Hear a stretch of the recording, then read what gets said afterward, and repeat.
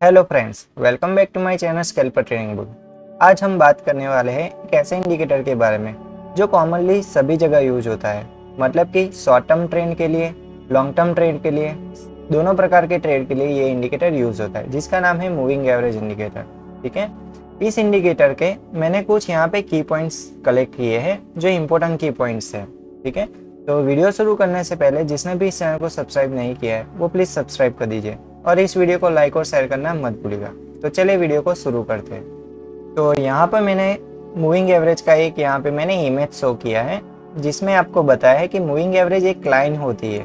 ठीक है, इस लाइन को कैसे रीड करते हैं मैं आपको बताता हूँ। पहले हम यहाँ पे की पॉइंट्स के बारे में डिस्कस करते हैं कि इस वीडियो में कौन कौन से टॉपिक्स यहाँ पे कवर होने वाले।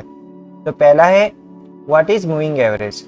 ठीक है, दूसरा है मूविंग एवरेज के टाइप्स, तीसरा है how moving average helps traders, मतलब कि ट्रेडर्स की किस तरह हेल्प करता है ये इंडिकेटर।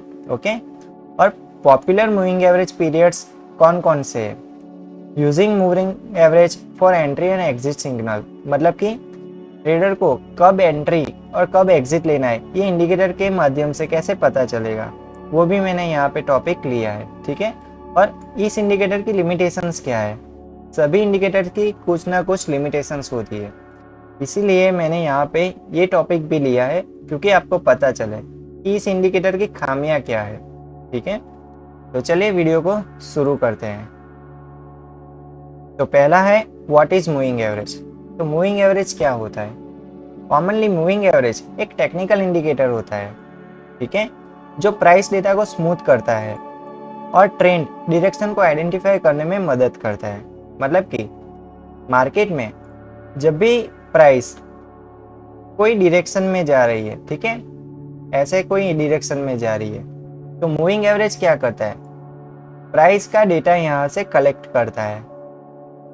ठीक है, और उस कलेक्ट डेटा को प्रोसेस करता है और एक सिंपल सी लाइन यहाँ पे शो करता है, तो जिसकी मदद से हमको पता चलता है कि प्राइस ऊपर की ओर मूव कर रही है या नीचे की ओर मूव कर रही है। ठीक है, ये इसका पर्पस है। ओके, सेकंड, मूविंग एवरेज कितने टाइप्स के होते हैं। कॉमनली यहाँ पे मूविंग एवरेज दो टाइप्स के होते हैं। फर्स्ट है सिंपल मूविंग एवरेज और दूसरा है एक्सपोनेंशियल मूविंग एवरेज। तो सिंपल मूविंग एवरेज और एक्सपोनेंशियल मूविंग एवरेज में क्या क्या डिफरेंस होता है। तो देखिए, सिंपल मूविंग एवरेज में क्या होता है, ये सभी डेटा को बराबर वेटेज देता है और एक सिंपल एवरेज की तरह काम करता है। मतलब कि ये चार्ट पे जितना भी डेटा हो प्राइस का, जब भी कोई कैंडलस्टिक होती है, मैं यहाँ पे कैंडलस्टिक चार्ट का एक एग्जांपल देता हूँ। ठीक है, मान लो कि मैंने 5 मिनट का चार्ट यहाँ पे ओपन किया है। ठीक है, तो ये इंडिकेटर क्या करेगा, चार्ट पे सभी डेटा को कलेक्ट करेगा 5 मिनट की कैंडल्स को और उसको प्रोसेस करके एक लाइन ड्रॉ करेगा। ठीक है, ये सिंपल मूविंग एवरेज का पर्पस है। ठीक है, इसका वर्किंग प्रिंसिपल ये है। लेकिन एक्सपोनेंशियल मूविंग एवरेज का पर्पस क्या है, मतलब ये वर्किंग प्रिंसिपल क्या है, उसका थोड़ा सा डिफरेंट है। देखिए, exponential moving average latest price को ज़्यादा इंपॉर्टेंस देता है, इसलिए ये लेटेस्ट प्राइस मूवमेंट के लिए ज़्यादा सेंसिटिव और तेज़ी से रिएक्ट करने वाला इंडिकेटर होता है। मतलब कि जो लेटेस्ट प्राइस मूवमेंट होती है, मतलब कि देखिए लेटेस्ट में जो 5 मिनट 10 मिनट्स की जो प्राइस मूवमेंट होती है, ये उसी डेटा को लेता है। ठीक है, उसको प्रोसेस करके एक लाइन ड्रॉ करता है, एक एवरेज लाइन ड्रॉ करता है। ठीक है, इसीलिए as compare to simple moving average, exponential moving average ज़्यादा असरकारक और ज़्यादा इफेक्टिव होता है। क्यों? क्योंकि इसमें हमें क्विक एक्शन लेने में मदद मिलती है। ठीक है, जो शॉर्ट टर्म ट्रेंड लेते हैं, ठीक है, वो कॉमनली एक्सपोनेंशियल मूविंग एवरेज को ज़्यादा प्रीफर करते हैं।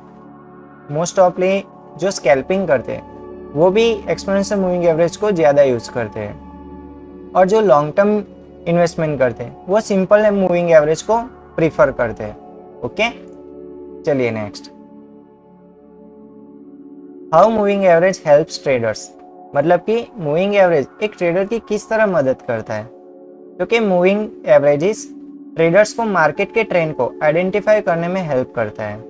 तो मैंने जैसे कि बताया कि मूविंग एवरेज मार्केट का अप ट्रेंड है, डाउन ट्रेंड है या साइडवेज ट्रेंड है, उसको आइडेंटिफाई करने में मदद करता है।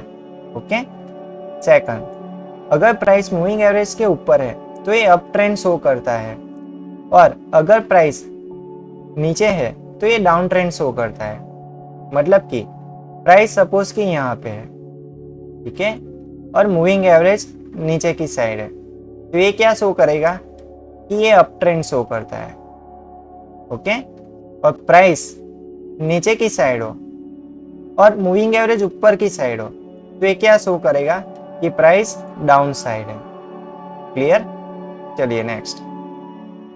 मूविंग एवरेज मार्केट के सपोर्ट और रेजिस्टेंस लेवल को पहचानने में मदद करता है, जिससे ट्रेडर्स को एंट्री और एग्जिट पॉइंट्स डिसाइड करने में मदद मिलती है। तो देखिए, फॉर एग्जांपल मैं आपको बताता हूँ कि मार्केट में देखिए कि ये एक ओरिजिनल रेजिस्टेंस है और ये एक ओरिजिनल सपोर्ट है। ठीक है, एज पर प्राइस एक्शन ये एक रेजिस्टेंस है और ये एक सपोर्ट है। और ये रहा इंडिकेटर, मूविंग एवरेज इंडिकेटर। ये इंडिकेटर जब सपोर्ट लेवल के पास आता है तो वो क्या करेगा, यहाँ से रिस्पॉन्स लेके ऊपर की ओर मूव करेगा। ठीक है, तो ये क्या दिखाता है कि इस वाले जोन में एक सपोर्ट है, उसका कंफर्मेशन देता है। ठीक है, उसी तरह रेजिस्टेंस के पास जाएगा और वहां से प्राइस ऐसे मूव करेगा, तो ये क्या बताएगा कि यहाँ पर एक रेजिस्टेंस जोन है। तो ये मूविंग एवरेज कंफर्मेशन देता है कि एक रेजिस्टेंस, हमें पता चला कि यहाँ पर एक रेजिस्टेंस है, तो उस रेजिस्टेंस का यहाँ पे इस इंडिकेटर की मदद से हमको कंफर्मेशन मिलेगा। ठीक है, तो ये कंफर्म हो जाएगा कि पक्का यहाँ पे रेजिस्टेंस है और यहाँ पे सपोर्ट है। क्लियर? चलिए, चौथा है पॉपुलर मूविंग एवरेज पीरियड्स। इसमें क्या होता है, इसमें दो ट्रेंड को हम यहाँ पे इंपॉर्टेंस देते हैं। कौन सा? लॉन्ग टर्म और शॉर्ट टर्म। तो लॉन्ग टर्म के लिए कौन से नंबर का मूविंग एवरेज यूज होता है? तो जैसे कि यहाँ पे आप देख सकते हैं 50, 100 और 200, इन नंबर्स का यहाँ पे मूविंग एवरेज ज्यादातर यूज होता है। ठीक है, जिससे ओवरऑल मार्केट ट्रेंड का आइडिया मिलता है। जिसको लॉन्ग टर्म इन्वेस्टमेंट करना होता है वो इन नंबर्स के मूविंग एवरेज को ज्यादा यूज करते हैं। ठीक है, और जिसको शॉर्ट टर्म इन्वेस्टमेंट करना है, मतलब कि स्कैल्पिंग करना है, ऑप्शन ट्रेडिंग करनी है, तो वो क्या करेंगे, वो 9, 12 और 21 नंबर के मूविंग एवरेज को ज़्यादा यूज़ करते हैं। ठीक है, क्यों यूज़ करते हैं? क्योंकि यहाँ पे क्विक प्राइस एक्शन और फास्ट ट्रेंड आइडेंटिफिकेशन के लिए यहाँ पे यूज़ होता है। ओके, जो शॉर्ट टर्म ट्रेड्स और स्कैल्पिंग के लिए यूजफुल होता है। जैसे कि मैंने बताया कि स्कैल्पर्स इसका क्विक रिजल्ट मिलने की वजह से इसको ज़्यादा प्रीफर करते हैं, 9 नंबर, 12 नंबर, 21 नंबर का मूविंग एवरेज। ओके, तो मैं आपको यहाँ पे थोड़ा प्रैक्टिकली भी दिखा देता हूँ कि मूविंग एवरेज को कैसे प्लॉट करते हैं। ठीक है, तो जैसे कि आप यहाँ पे देख सकते हैं कि मैंने यहाँ पे फायर्स का यहाँ पे अकाउंट का यहाँ पे चार्ट ओपन किया है। ठीक है, तो यहाँ पर एक सेक्शन होता है फायर्स में इंडिकेटर का, ठीक है, एफएक्स नाम का। तो वहाँ पर जाके आप यहाँ पर इंडिकेटर का यूज़ कर सकते हैं। यहाँ पे सर्च में मैं लिखूँगा मूविंग एवरेज, देखिए ये आ गया। ठीक है, मूविंग एवरेज। ओके, तो यहाँ पे मेरा मूविंग एवरेज का लग गया। ठीक है, इंडिकेटर। तो इसमें मैं सेटिंग में जाऊँगा और मैं आपको बताता हूँ कि यहाँ पे कैसे चेंजेस कर सकते हैं इंडिकेटर को। तो इसको एज इट इज रखना है मेन चार्ट। ठीक है, यहाँ पे लेंथ को हम चेंज कर सकते हैं। ठीक है, इसको क्लोज में ही रखना है, सोर्स हमको क्लोजिंग में ही चाहिए। ये क्लोज क्या दिखा रहा है, जब भी कैंडल की क्लोज होती है, कैंडल जहाँ पे क्लोज होती है, ये उसका यहाँ पे डेटा कलेक्ट करता है। ठीक है, ऑफसेट को चेंज नहीं करना है हमें, कौन सा चाहिए, ऐसे में सिंपल मूविंग एवरेज। ठीक है, तो चलिए इसको मैं यहाँ पे थोड़ा लेंथ के बारे में डिस्कस करता हूँ। देखिए, यहाँ पर मैंने जैसे कि आपको बताया था कि शॉर्ट टर्म और लॉन्ग टर्म में मैंने कुछ आपको नंबर्स दिए थे मूविंग एवरेज के। तो यहाँ से आप नंबर्स चेंज कर सकते हैं। 9 है, 12 है, 21 है, ठीक है, 50 है, 100 है, 200 है। आप अपने यूज़ के हिसाब से यहाँ पर उतने टाइम का यहाँ पे डेटा कलेक्ट कर सकते हैं, ठीक है, जिससे आपको पता चले कि मूविंग एवरेज में कितना मेरे को डेटा चाहिए, ठीक है। तो ऐसे आप मूविंग एवरेज को प्लॉट कर सकते हैं और उसके लेंथ को भी चेंज कर सकते हैं। ओके, चलिए next. Using moving averages for entry और एग्जिट सिग्नल्स। क्रॉसओवर्स। जब एक short term moving average, 9 period moving average, एक long term moving average for example 15 moving average को नीचे से ऊपर की ओर कट करता है तो इसे बुलिश सिग्नल मिलता है, जिसे गोल्डन क्रॉसओवर कहते हैं। तो यहाँ पे एक क्रॉसओवर दिखा है हमें, जिसको गोल्डन क्रॉसओवर कहते हैं। ये क्या बता रहा है कि सपोज ये 50 नंबर का मूविंग एवरेज है, ठीक है, और दूसरा है ये 9 नंबर का मूविंग एवरेज। ये 9 नंबर का मूविंग एवरेज 50 नंबर के मूविंग एवरेज को नीचे से ऊपर की ओर कट करे, तो ये क्या होता है, ये गोल्डन क्रॉसओवर होता है। और इससे क्या पता चलता है कि प्राइस ऊपर की ओर मूव करेगा, मतलब कि बुलिश सिग्नल है। क्लियर। और जब भी प्राइस ये 50 नंबर का मूविंग एवरेज को ऊपर से नीचे की ओर, मतलब कि ऊपर से नीचे की ओर 9 नंबर का मूविंग एवरेज कट करेगा, तो ये क्या होगा, ये डेथ क्रॉस माना जाता है, ठीक है। इसको क्या कहते हैं, डेथ क्रॉस माना जाता है। और ये क्या इंडिकेट करता है कि प्राइस नीचे की ओर मूव करेगी। क्लियर। चलिए, प्राइस विसेस मूविंग एवरेज पोजीशनिंग। अगर प्राइस मूविंग एवरेज के ऊपर है तो अप ट्रेंड इंडिकेटर होता है, अगर प्राइस डाउन ट्रेंड में है तो नीचे की ओर मूव करेगा, ठीक है। ये टेक्निक्स ट्रेडर्स को एंट्री और एग्जिट डिसीजन लेने में मदद करता है। जैसे कि मैंने यहाँ पे बताया क्रॉसओवर में कि जैसे ही प्राइस ऊपर से नीचे की ओर कट करता है तो सेल सिग्नल देता है, और नीचे से ऊपर की ओर मूव करेगा तो बाइंग सिग्नल देता है, ठीक है। चलिए, 6th है limitation of moving averages. Moving average की लिमिटेशंस क्या है, चलिए बताता हूँ। मूविंग एवरेज एक लैगिंग इंडिकेटर है।